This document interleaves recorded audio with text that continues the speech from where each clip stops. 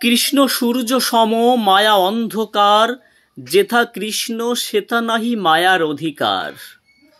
কৃষ্ণ ভজিবার তরে জীব সংসারে আইনু, মিছে মায়ায় বদ্ধ হইয়া বৃক্ষ সম হইনু।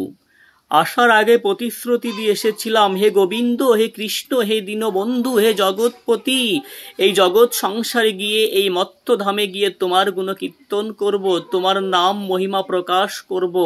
কিন্তু জগতের সাতটি রঙে মোহিত হয়ে, জগতের মায়ায় কামনা বাসনাকে সঙ্গী করে সমস্ত কিছু ভুলে গেছি।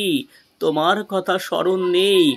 পরকে করেছি আপন, আপনকে করেছি পর। একমাত্র তুমি যে আপন, আর সমস্ত কিছুই পর। সেই কথা, সেই অর্থ, সেই তথ্য সব কিছু ভুলে গিয়ে জগতের মায়ায় মোহিত হয়ে সংসার দাবানলে দিন রাত 24 ঘন্টাই জ্বলছি। এই জ্বলার কি শেষ আছে? এই জ্বলার সমাপ্তি কোথায় নিজেও জানি না। একমাত্র শ্রী গুরু রূপ কাণ্ডারি করে, গোবিন্দ সেবা করে, তার শ্রীপাদ পদ্মে পৌঁছে যাওয়াই মনুষ্য জন্মের একমাত্র কর্তব্য, একমাত্র লক্ষ্য। সেই লক্ষ্য থেকে আমরা পথভ্রষ্ট হয়ে পড়ে রয়েছি। হে গোবিন্দ, হে শ্রী গুরুদেব, একটা দিনের জন্য মনে হয় না তোমার শ্রীপাদ পদ্ম সেবা করে, তোমার গুরুরূপ চরণ আশ্রয় করে, তোমার ওই রূপকাষ্ঠের নৌকা বেয়ে একবার সেই বৈকুণ্ঠ ধামে গিয়ে পৌঁছাবো। এই লালসা, এই কামনা বাসনা বিন্দু মাত্র আমাদের জাগে না। আমাদের বারংবার ক্ষণে ক্ষণে মনে হয় সংসার যন্ত্রণায় যত জ্বলতে পারি, যত জ্বলছি ততই জ্বলবো। কি না আনন্দ, কি না আনন্দ!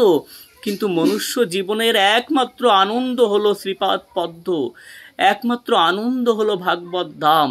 সেই গুরুদেবের শ্রীপাদ পদ্ম ভজনাও করছি না, ভাগবত ধামে যাওয়ার লক্ষ্য আমাদের নেই।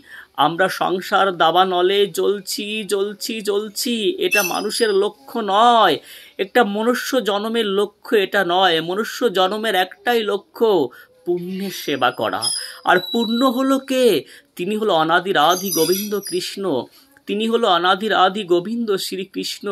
আর যার যার ইষ্টদেব শ্রী গুরুদেব, যাকে সেবা করলে জগৎপতির সেবা হয়, তার সেবা করাই আমাদের কর্তব্য। জয় গুরুদেব, জয় রাধে।